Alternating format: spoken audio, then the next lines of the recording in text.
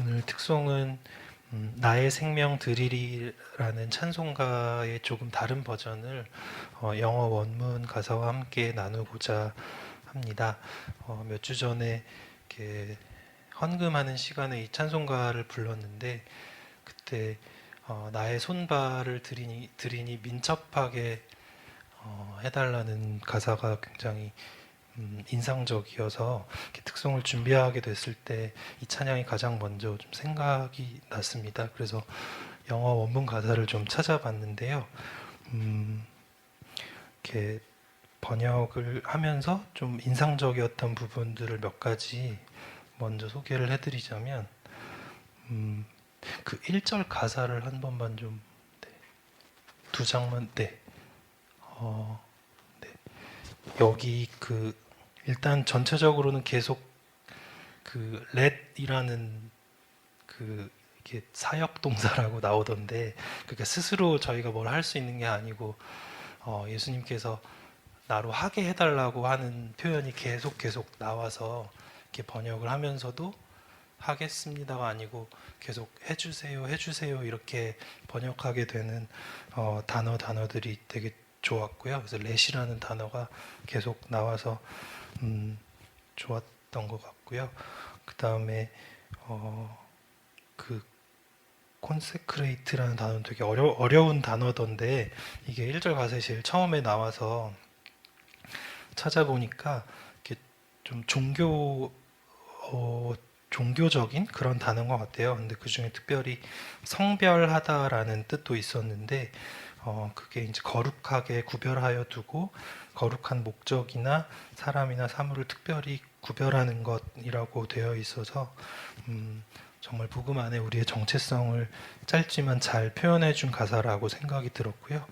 그다음에 아까 말씀드린 2절 가사에 보면 나의 손과 발을 내어드린다는 표현이 나오면서 저기 보면은 발은 이제 스위프트라는 거는 찾아보니까 좀 재빠른 뭐 이런 뜻이 있어서 이거를 보면서는 정말 머리 되신 예수님께서 우리에게 말씀하시고 인도해 주실 때 정말 그 뜻대로 민첩하고 재빠르게 이렇게 재거나 또 고민하지 않고 그 뜻을 이루어드리는 그런 것들이 생각이 났고요. 또 가장 좀 인상적이었던 부분은 이렇게 나의 손을 내어드리니까 그 손이 예수님의 사랑에만 반응해서 움직이게 해달라는 가사가 있더라고요. 그래서 저렇게 좀 이렇게 심장 박동처럼 정말 우리의 모든 삶의 동력들이 그 예수님의 사랑이 됐으면 좋겠다는 그런 마음이 들어서 이 찬양을 좀 골라봤고요. 가사는 조금 다르게 이렇게 음에 맞춰서 번역을 했지만 여러분들께서는 이제 원문 가사랑 번역한 가사를 통해서 함께 마음으로 들어주셨으면 좋겠습니다. 네, 찬양하겠습니다.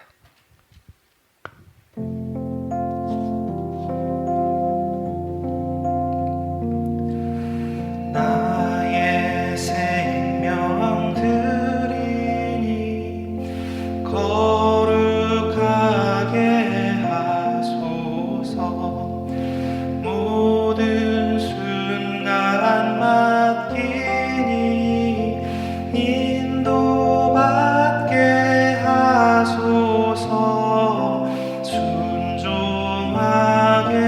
하소서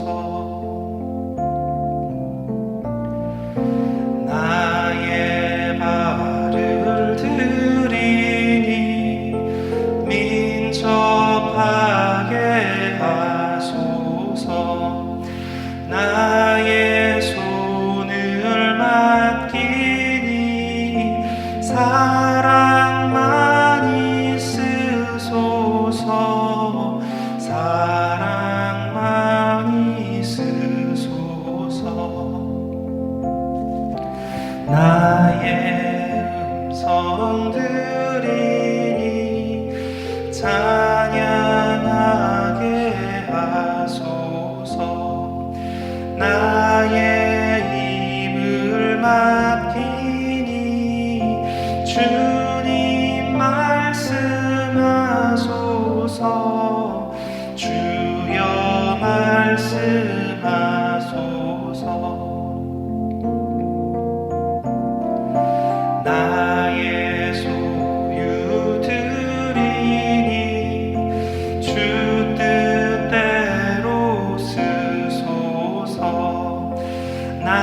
나의 지각 드리니 주님 역사하소서 주여 역사하소서.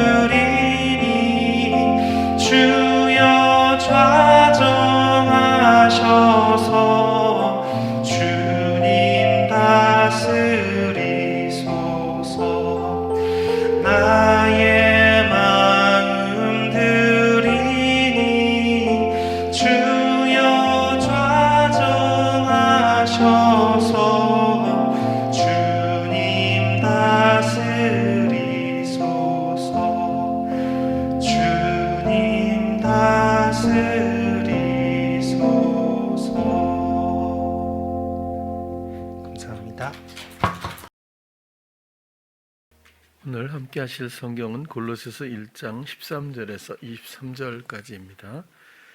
교독하겠습니다. 그가 우리를 흑암의 권세에서 건져내사 그의 사랑의 아들의 나라로 옮기셨으니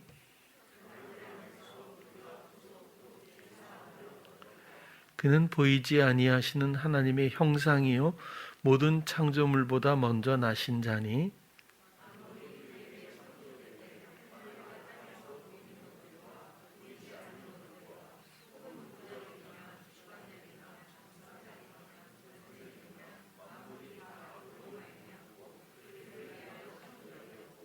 또한 그가 만물보다 먼저 계시고 만물이 그 안에 함께 섰느니라.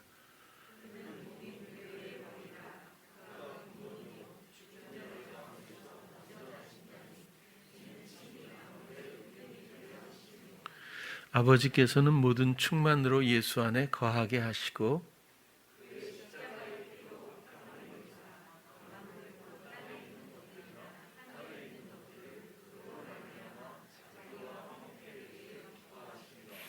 전에 악한 행실로 멀리 떠나 마음으로 원수가 되었던 너희를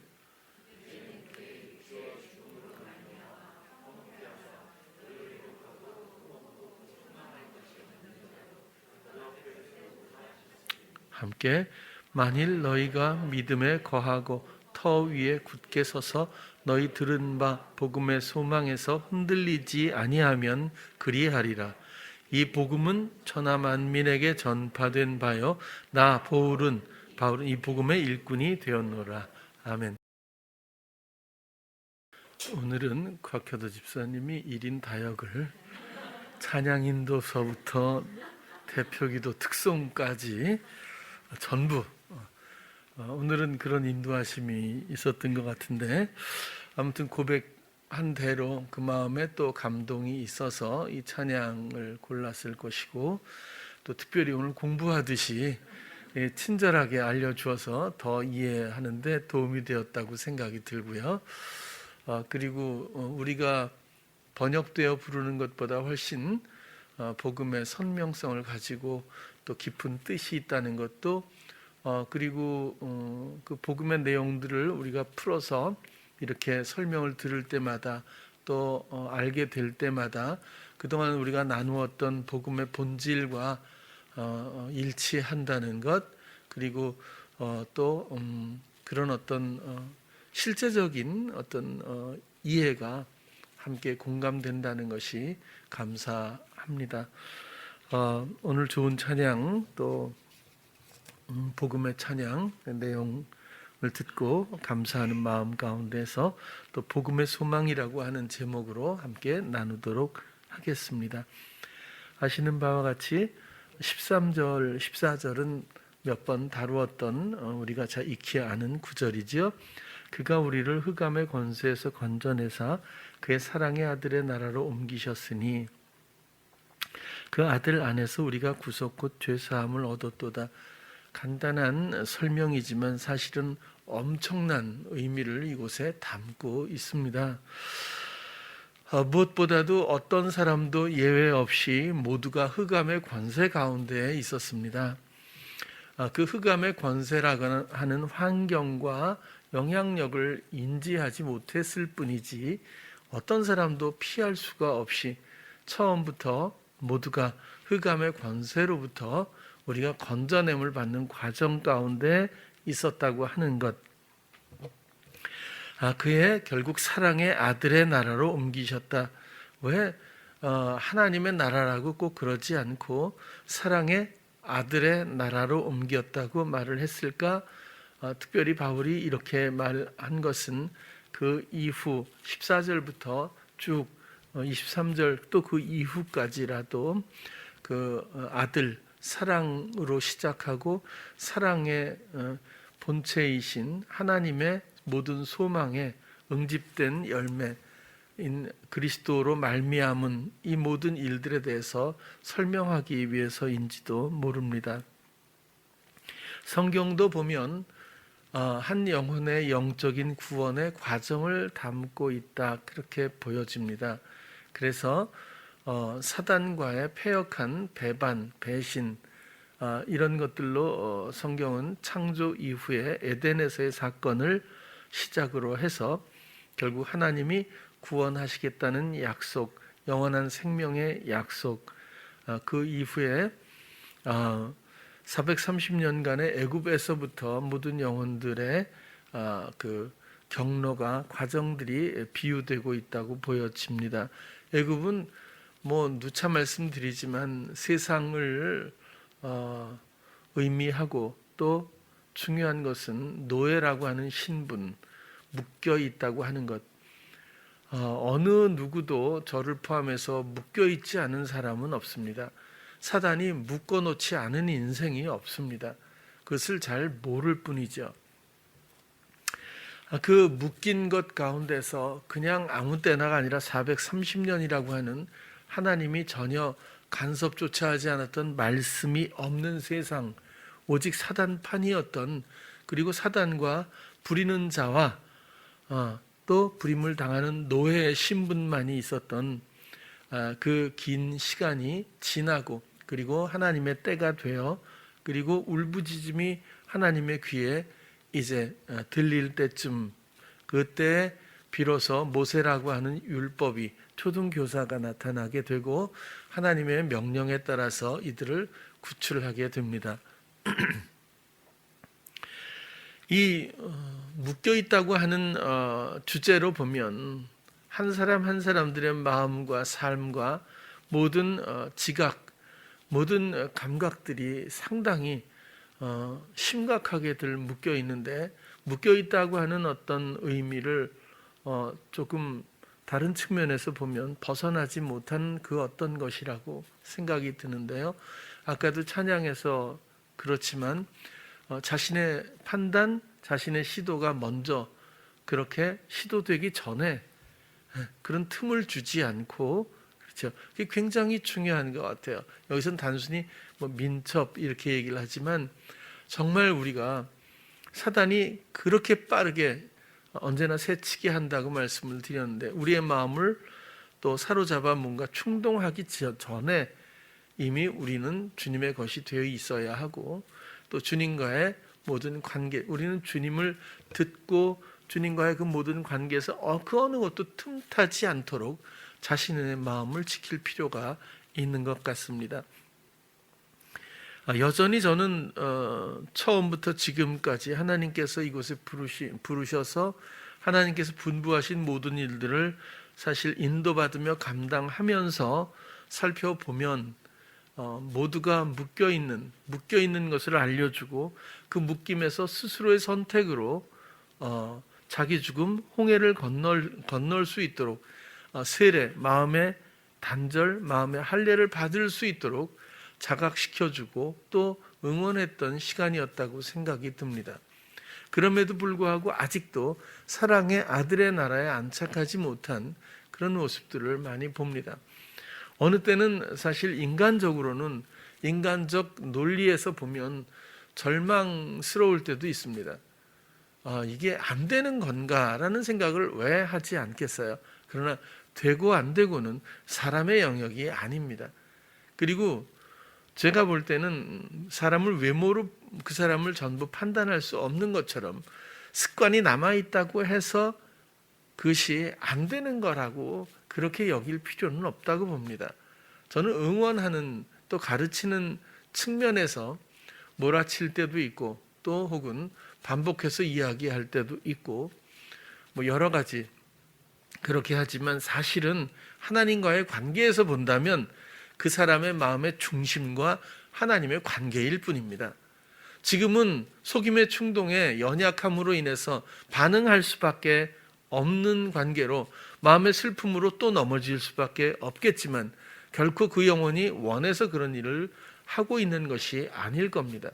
아직은 연약한 거죠. 그 연약함을 그대로 놓아둔 것은 언젠가 믿음의 굳건한 터에 서기 전까지의 모든 시간들은 반드시 성장을 위해서 그리고 다시 되돌아가지 않기 위해서 필요한 절대적인 시간일 수도 있을 겁니다.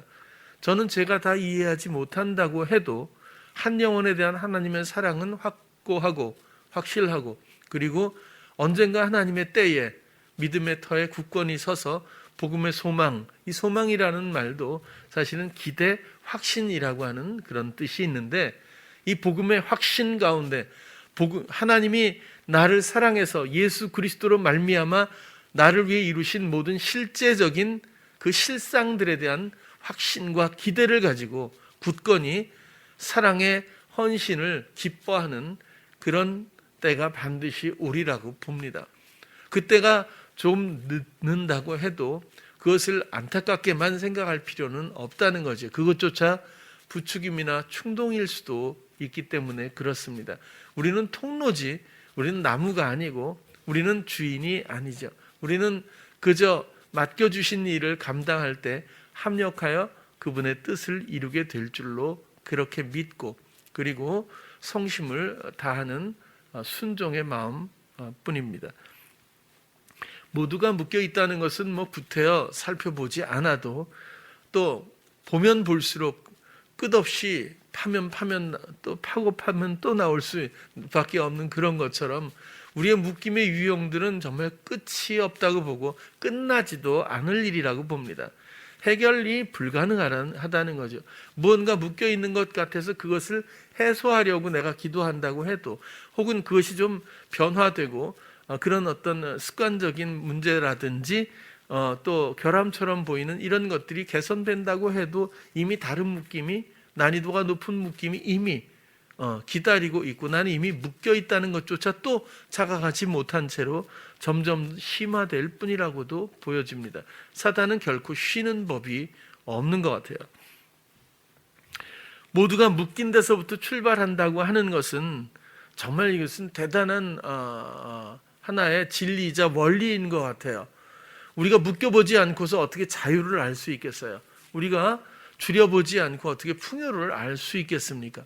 그런 것처럼 하나님은 처절하고 철저하게 어두움의 사단에게 묶임에 허용하셨다가 비로소 사랑 앞으로 빛 앞으로 나올 수 있는 그 길을 활짝 여시고 오직 스스로의 자각과 선택으로 말미암아 모든 의식과 자각이 하나님을 향하는 그 마음의 돌이킴으로 말미암아 이 모든 것들을 은혜로 주시는 복음의 원리, 그런 오늘 구체적인 설명들이 본문에 담겨져 있습니다.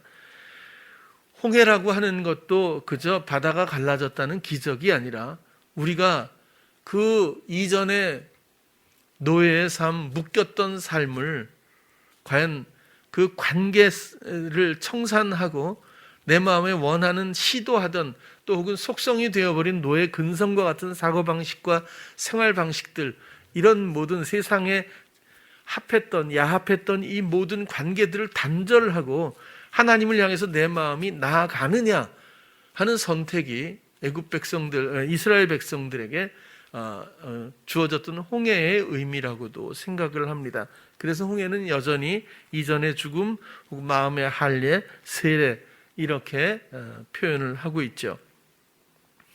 광야도 당연히 믿음 없던 모든 백성들이 하나님을 알고 그리고 하나님의 은혜 가운데서 믿음을 갖게 되는 과정으로 우리가 이해하고 있고, 요단도 순종의 강으로서 경청과 응락이라고 하는 실제적인 삶의 모든 근간이 변하고, 이제는 나의 떠오르는 생각, 내가 마음에 원하는 어떤 것을 추구하는 이전의 삶이 아닌 오직 그분을 듣고 그리고 모든 것들을 기대하고 확신하며 순종으로 발을 디딜 수 있어야 요단강을 건너는 것처럼 그런 영적인 의미가 있고, 그리고 최종적으로 가나안, 하나님의 나라 다스림 안으로 들어가게 되는, 특별히 오늘은 사랑의 아들의 나라라고 표현을 했는데, 사랑을 이루신 예수님이 머리가 다스림의 주체가 되신다는 그런 의미겠죠. 그렇게 13절의 내용이 굉장히 본질적이고도 중요한 내용을 담고 있다고 보고요. 14절에서도 그 아들 안에서 우리가 구속고 죄사함을 얻었도다. 우리가 속박에서 구원을 혹은 죄들의 용서를 얻었다. 그러나 중요한 것은 그 아들 안에서입니다. 이 아들 안에서, 그리스도 안에서, 사랑 안에서, 이런 표현은 정말 많이 나오죠. 근데 우리는 이런 것들을 간단하게 생각하거나 그저 간과할 때가 있을 수 있습니다. 그러나 모든 것은 아들 안에서입니다. 모든 피조물은, 이제 모든 만물은 오직 예수 그리스도로 말미암아입니다. 16절로 넘어가겠습니다. 14절에도 보면 그 아들 안에서 우리가 구속, 곧 죄사함, 용서죠. 이런 것들을 얻었다라고 하는 단어도 아시는 바와 같이 에코입니다. 내게 있는 그것, 그죠? 소유, 능력, 관계, 동반하다, 이렇게도 설명을 드렸죠. 이제 그런 것들, 죄사함의 확실한 용서를 우리가 획득한 것을 소유하고 그런 관계 가운데 이런 이해가 가능하고요. 16절로 이제 갑니다. 만물이 그에게 창조되되 하늘과 땅에서 보이는 것들과 보이지 않는 것들과 혹은 보이지 않는 것들, 혹은 보좌들, 주관, 정사, 권세, 만물이 다 그로 말미암고 그를 위하여 창조되었고. 그를 위하여 창조되었다 그러면, 예수님을 위해서 모든 것들이 창조되었다면 마치 주님을 위해서 하신 일 가운데 부수적으로 우리들이 뭔가 만들어지거나 또 이런 과정들이 있는 것이 아닐까라는 오해가 있을 수 있지만, 예수 그리스도는 하나님이 우리를 사랑하기 위한 가장 중요한 진리이자 그리고 하나의 이루신 응집된 원리입니다.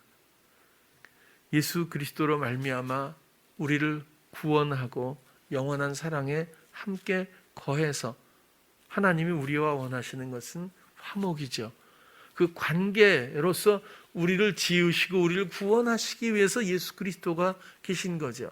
우리를 구원하시고 우리를 만드시고 우리를 구원하고 우리를 사랑하기 위해서 세상을 만드셨다면, 이 세상을 만드실 때부터 예수 그리스도가 계셨다면, 이것은 이 세상의 어떤 개념하고는 다른 거죠. 하나님의 차원에서 물론 그런 것이지만, 예수 그리스도가 원래 있었는데 우리를 구원하시기 위해서 사용하시는 것이 아니라 우리를 구원하실 소망을 가지고 예수 그리스도가 있어야 했기 때문에 그런 뜻이죠. 물론 예수 그리스도라고 하는 사랑의 유일한 통로로서 세상의 모든 만물들이, 그래서 초태생이라고 하는 뒤에 의미가 또 설명이 나오는데, 모든 것은 사랑의 정점에 있는 그리스도로 말미암아 새롭게 시작됩니다. 뒤에도 한번 볼게요. 또한 그가 만물보다 먼저 계시고 만물이 그 안에 함께 섰느니라. 하나님의 소망이죠. 뒤에 계속 읽을게요. 그는 몸인 교회의 머리라. 그가 근본이요 죽은 자들 가운데서 먼저 나신 자니 이는 친히 만물의 으뜸이 되려 하시며. 죽은 자들 가운데서 먼저 나신 자니 초태생이라고 하는 그런 내용이죠. 이는 친히 만물의 으뜸이라는 게 제일 우월하다 이런 뜻이 아니라 시작이 되길 원하셨다는 거예요. 그리고 예수 그리스도의 사랑으로 모든 만물과 모든 인생들이, 모든 영혼들이 시작되기를 원했다는 거예요. 이게 사랑의 아들의 나라의 시작입니다. 이것이 태초에 빛이 있으라 하신 하나님의 창조가 영적으로는, 진정으로는 이제는 하나님의 영광을 아는 그죠? 그 그리스도의 얼굴의 그 빛이 우리 마음에 비추었다. 그래서 예수 그리스도는 우리들에게 대한 세상을 향한 빛이라고 하는, 사실 예수 그리스도가 우리 안에 오시기 전까지는, 우리를 주도하시기 전까지는 모든 영혼들의 마음은 흑암, 무질서였습니다. 생명이 없었고 빛이 없었죠.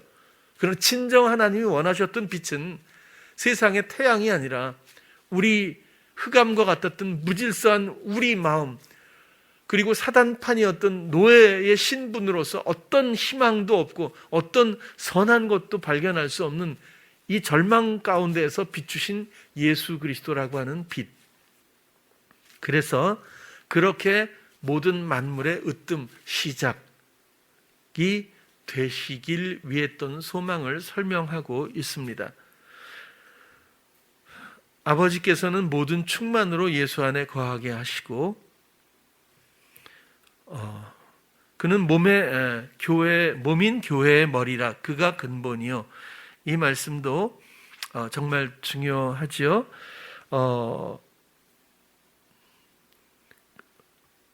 그 19절도 아까 말씀을 드렸지만 한번 번역대로 한번 읽어볼게요. 그분은 시작, 죽은 자들로부터 초태생이시다. 그분께서 모든 것들 가운데서 으뜸이 되기 위해서. 이렇게 설명드린 그대로입니다. 그리고 주님은 교회의 머리라, 몸인 교회의 머리라. 그가 근본이요.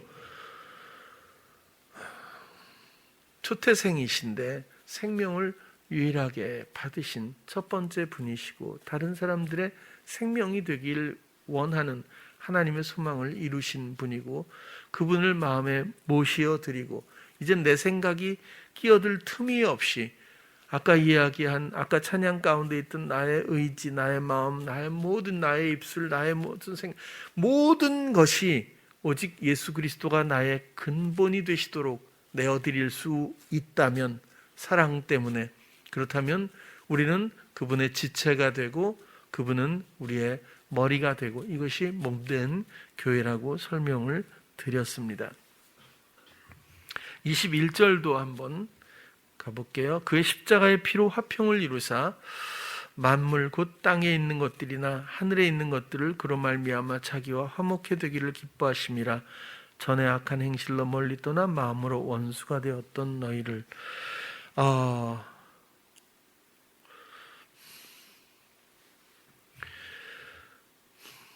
십자가의 피로 화평을 이루사. 이 십자가가 정말 십자가의 피로 화평을 이루어서 너무 많이 들었잖아요. 예를 들어볼게요. 예수 그리스도께서 이 땅에 오셔서 우리를 대신해서 세상 죄를 지시고 십자가에 달려 돌아가심으로 인해서 우리는 구원을 얻었습니다. 이렇게 늘 많이 들었어요. 그러나 그럴까요? 저는 아니라고 계속 말씀을 드려요. 왜냐하면 분명히 그 말씀은 맞아요. 하나님의 사랑은 완벽하게 이루셨습니다. 하나님은 부족한 것이 당연히 없이 모든 상황들을 완료하셨어요. 우리를 위해서. 그런데 그 반응이 문제라고 하는 겁니다. 남은 것은 그것을 어떻게 반응하느냐라는 것이 남겨져 있다는 거예요. 그 십자가로 돌아가심으로 모든 만물들이 자연스럽게 구원을 얻고 하나님의 나라로 변화되었다면 우리가 더 이상 이야기할 게 뭐가 있겠습니까? 그러나 성경은 알곡이 있다면 가라지가 있다고 말합니다. 성경은 미련한 처녀가 있듯이 지혜로운 처녀가 있다고 말합니다. 혼인잔치에 들어가는 사람이 있는가 하면 못 들어가는 사람이 있다고도 말하지 않습니까? 또 혼인잔치를 벌려놓고 다 이뤘다는 겁니다. 잔치를 벌려놓고 사람들을 다 누구든지 오라고 합니다. 근데 안 와요. 사업차 바쁘고 결혼해서 바쁘고 세상 일로 육신의 일로 영적인 이런 하나님의 사랑의 가치를 관심 두지 않는 사람들이 있다는 겁니다. 그래서 선교, 전도, 교회 공동체 이런 것들의 목적은 뭐죠? 잔치에 참여시키기 위한 그런 또 과정을 애를 쓰는 것 아닐까 이렇게 생각할 수도 있겠죠. 예수님의 십자가의 사건은 누구에게나 능력이 되지는 않습니다. 그의 피공로로 인해서 모든 사람들이 구원을 얻었다 말은 분명히 맞지만 남겨져 있는 무엇이 있다는 거죠. 여기에는 반드시 예수님이 말씀하신 것처럼 자기 부인과 자기 십자가가 있어야 합니다. 예수님이 십자가에 달려 돌아가신 것은 나를 대신했지만 나의 마음의 할례, 나의 죽음, 나의 산제사를 이끌어내기 위해서 사랑으로 먼저 본을 보이셨고 해결해 주신 거고 또 속전, 값을 치워 주신 겁니다. 하나님 앞에 우리가 죽는 것은 마땅한 거죠. 죄인이. 그러나 죄 없는 하나님의 아들이 대신 치르시는 순종 가운데에서 이제는 그 예수 그리스도의 생명을 받아들이고 이제 나의 주장이 아닌 그리스도의 주장하심과 그분이 나의 근본이 되시는 그 선택을 하는 누구도 하나님의 아들을 삼고 하나님의 아들의 생명을 그에게 부여하는 그런 내용들이 바로 복음이 아니겠나 말씀을 드립니다. 하나님은 사랑을 완벽하게 이루어 주셨죠. 그 모든 아름다움과 거룩함과 또 지혜로움은 이루 말할 수가 없습니다. 어쩌다가 잠깐 맛을 봐도 우리의 마음은 너무 놀랄 정도로 경이로움을 느끼게 되죠. 그러나 그것이 어쩌다가의 사건이 아니라 그런 은혜를 맛보는 것이 아니라 우리의 생명이 되어야 마땅합니다. 하나님은 그것을 원하셨기 때문이고 사랑은 헤어지는 법이 없어야 마땅하죠. 하나님의 이루신 사랑 앞에 우리의 속임의 충동들이 얼마나 왕성한지 우리 내면을 돌아봐야 할지도 모릅니다. 하나님은 우리가 먼저 사랑한 것이 아니라 하나님이 사랑하셨죠. 요한일서 4장 한번 볼게요. 7절에서 11절인데 사랑하는 자들아 우리가 서로 사랑하자. 사랑은 하나님께 속한 것이니 사랑하는 자마다 하나님께로 나서 하나님을 알고 사랑하지 아니하는 자는 하나님을 알지 못하나니 하나님은 사랑이심이라. 하나님의 사랑이 우리에게 이렇게 나타난 바 되었으니 이 감정으로만 생각하지 않아야 된다고 늘 주의를 드린 것도 그래요. 이런 사랑이 실제적으로 나타나게 된 것은 우리를 살리기 위해서 하나님이 자기의 독생자를 세상에 보내신 거거든요. 저런 말미암아 우리를 살리는 그 목적이죠. 예수님을 하나님의 아들을 세상에 내어준 분도 하나님이고 그를 죽이신 분도 하나님이고 그래서 사랑의 본체는 당연히 하나님이시죠. 10절 사랑은 여기 있으니 우리가 하나님을 사랑한 것이 아니요 오직 하나님은 우리를 사랑하사 우리 죄를 위하여 화목제로 그 아들을 보내셨음이니라. 사랑하는 자들아 하나님이 이같이 우리를 사랑하셨은즉 우리도 서로 사랑하는 것이 마땅하도다.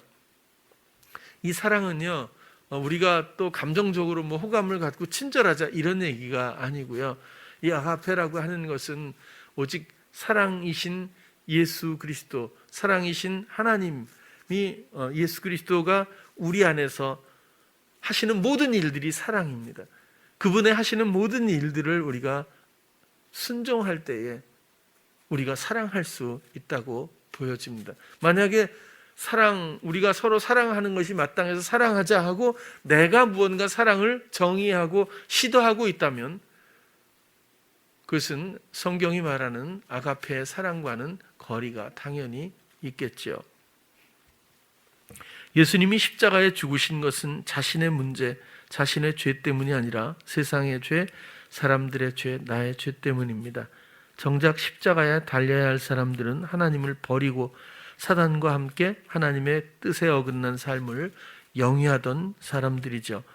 그런 악한 일 가운데 하나님 앞에 적의를 가졌던 사람들, 그들을 대신해 하나님 앞에 스스로 산제물로서 화해를 구한 예수님의 사랑 가운데 우리도 마음을 돌이켜 자기 주장과 함께 항상 있어왔던 이 내면의 부추김의 관계를 단절하고 스스로의 주장을 주님께 내어드리는 이런 전환이 반드시 있어야 됩니다. 그것이 영적 열매라고 성경은 설명하고 그것이 영적 예배라고 말하고 있죠. 그것이 하나님을 기쁘시게 하고 하나님을 인정하고 경배하는 우리의 마지막 남은 예식입니다. 이제 그 다음 우리 본문으로 다시 들어갈게요. 십자가의 피 19절인가요? 20절 그의 십자가의 피로 그렇게 화평을 이루사 하나님과의 화목을 이루사 만물 곧 땅에 있는 것들이나 하늘에 있는 것들 그로 말미암아 예수 그리스도의 이 사랑의 일들로 말미암아 자기와 화목해 되기를 기뻐하심이라. 그 사랑을 알고 그 사랑에 힘입어 이젠 내가 아닌 아까의 찬양대로 나의 모든 것을 주께 내어드리는 그 영혼들을 기뻐하시는 하나님, 그리고 회복된 화목의 관계, 그런 설명으로 보여지고요. 전에 악한 행실로 멀리 떠나 마음으로 원수가 되었던 너희를, 이것도 번역을 읽어보면 이전에 너희가 소외되어 왔던 후에 그리고 악한 일들 가운데서 마음에 적의 있는 자들로 있던 너희를 이렇게 설명하는 것이 조금 더 이해가 될 것 같아요. 22절 이제는 그의 육체의 죽음으로 말미암아 화목해 하사 너희를 거룩하고 흠없고 책망할 것이 없는 자로 그 앞에 세우고자 하셨으니, 번역을 읽으면 그러나 지금 그분께서 그분의 육체의 몸 가운데서 화해시키셨다. 죽으심을 통해서 너희를 거룩하고 흠없고 책망할 것이 없는 자로 그분 앞에 두시려고. 그의 육체의 죽음으로 말미암아 어떻게 화목해 되었을까요? 여기서 육체는 단순한 몸이 아니죠. 죄인 그 존재 자체입니다. 육체로 전락해버린 사단의 놀이개감이 되어버린 그 육신의 존재감의 죽음으로 말미암아 우리도 스스로를 하나님께 산제물로 내어드리고 예수 그리스도는 우리를 대신해서 사랑으로 내어드리고 이런 것으로 말미암아 통합적인 주체, 이 육체의 영이 되어 왔던 이런 어떤 생명들을 내어드림으로 말미암아 죽음이죠. 이제 하나님 앞에 돌이킨 그 영혼들과 화목해 하사 예수 그리스도를 순종하는 모든, 예수 그리스도께 모든 것들을 내어드려 감각대로 준행하는 그 모든 것이 의이고 거룩인 것처럼 너희를 거룩하고 흠없고 책망할 것이 없는 자로 그 앞에 세우고자 하셨으니, 이것이 하나님의 소망, 이루신 소망이죠. 그 다음 23절 만일 너희가 믿음에 거하고 터 위에 굳게 서서 너희 들은 바 복음의 소망에서 흔들리지 아니하면 그리하리라. 이 복음은 천하 만민에게 전파된 바요 나 바울은 이 복음의 일꾼이 되었노라. 이것이 복음입니다. 만일 너희가 믿음에 거하고, 이 말도 믿음이라는 제목으로 우리가 상당히 많은 내용을 나누었습니다. 그럼에도 불구하고 아직도 믿음이 정리되지 못한 느낌을 받을 때가 있어요. 예를 들면 혹시라도 오해 소지가 있겠지만 어떤 그런 얘기를 들을 수 있잖아요.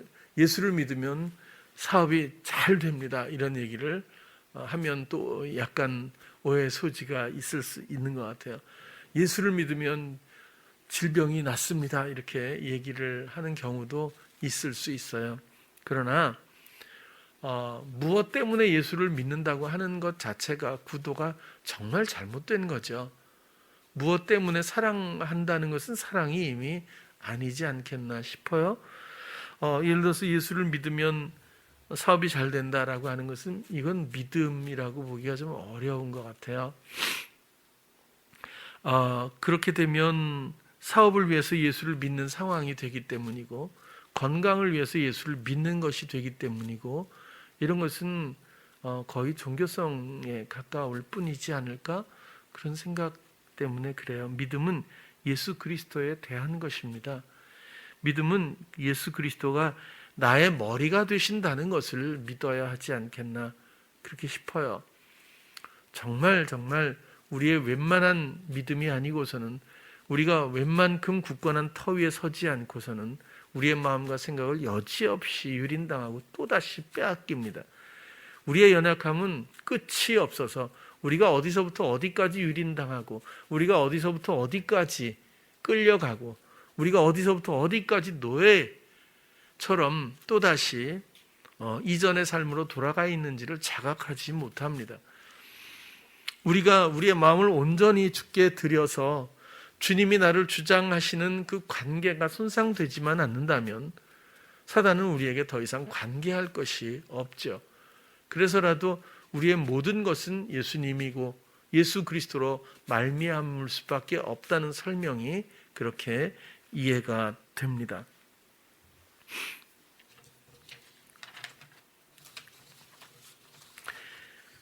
이제 초태생이신 예수님의 삶을 우리가 공유하기 위해서는 당연히 이런 복음의 원리들을 확실하게 이해하고, 그리고 복음의 기대와 확신 가운데 순간순간을 마음을, 감각을 사랑으로 그리스도를 바라봐야 한다고 봅니다. 복음은 나를 위한 것이고, 복음은 사랑에 관한 것이고, 생명에 관한 것이고, 예수 그리스도입니다. 이 모든 것들을 통합해서 오늘 설명을 드린 그대로, 또 우리가 알고 있는 그대로, 또 우리에게 이미 이루어진 확신 가운데서 하나님은 이미 그리스도를, 예수 그리스도 독생자를 세상에 내어준 것처럼 이제는 모든 절차가 끝이 나고 이루신 사랑 가운데 예수 그리스도가 우리 안에 주어졌습니다. 이제는 예수 그리스도와 나와의 관계 이외에는 어떤 의미도 사실은 없습니다.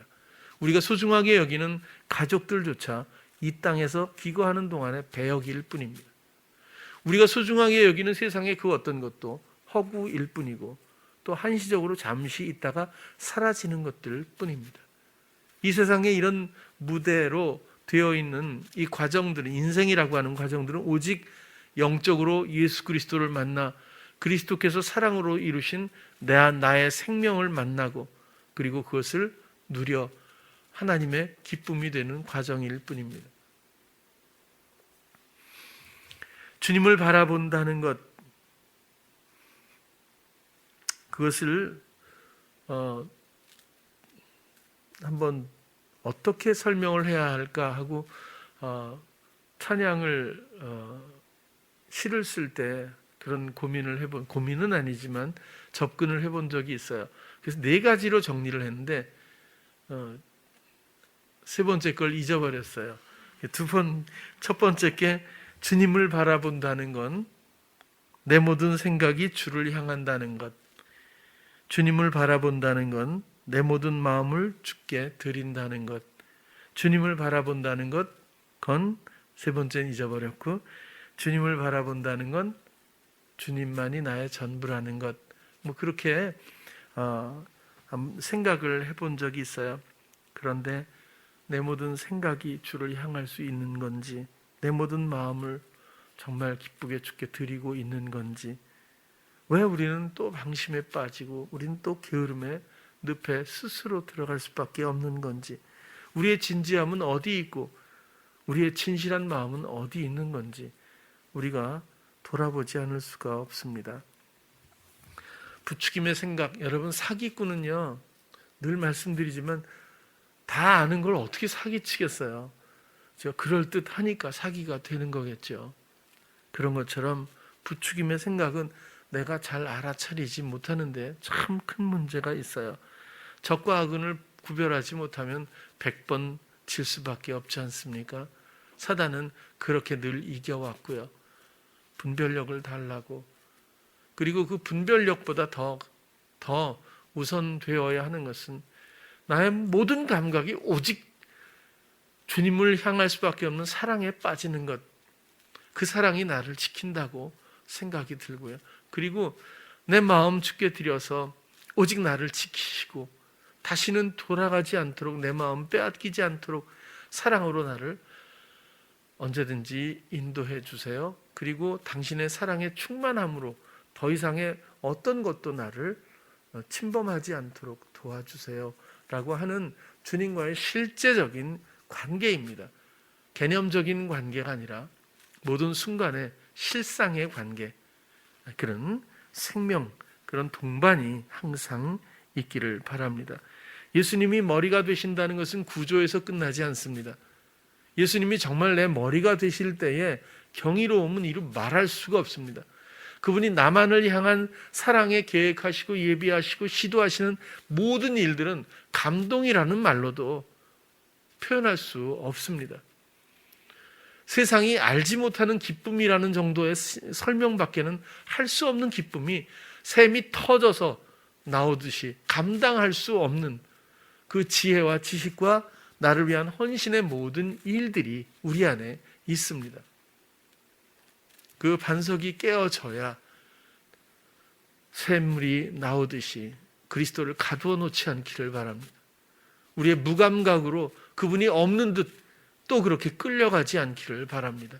하나님이 나 하나의 영혼을 위해서 하신 아름다운 일들이 나에게 실제가 되길 바랍니다.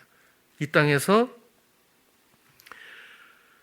주님의 사심, 또 흑암의 나라에서부터 사랑의 아들의 나라로 그 권세로부터 옮기신 하나님의 일들이 나의 실제적인 고백이 되고 찬양이 되기를 바랍니다.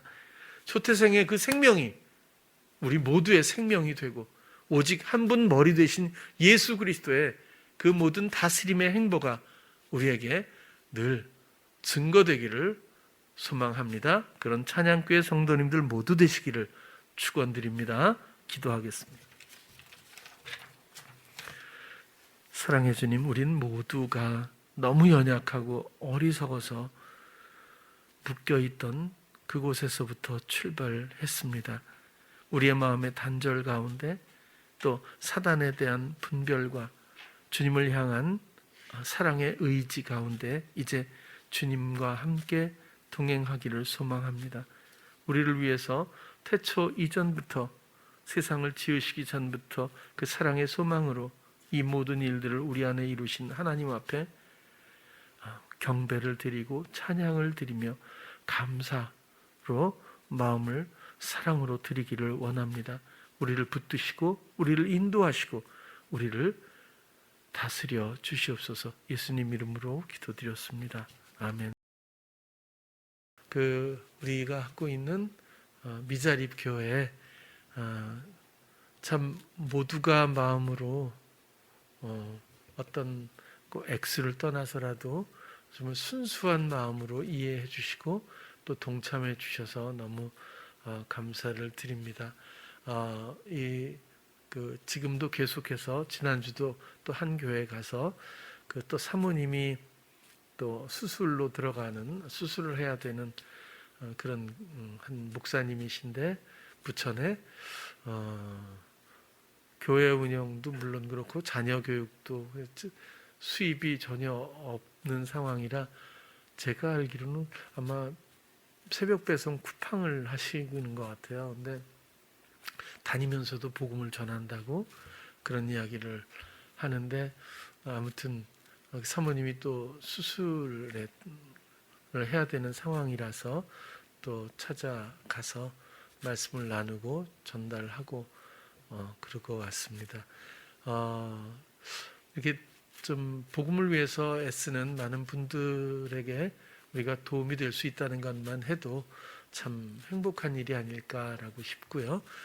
처음으로 가진 우리들의 어떤 행사였는데 정말 주님의 뜻 안에서 아주 또 물 흐르듯이 이렇게 잘 또 인도받은 것 같고요.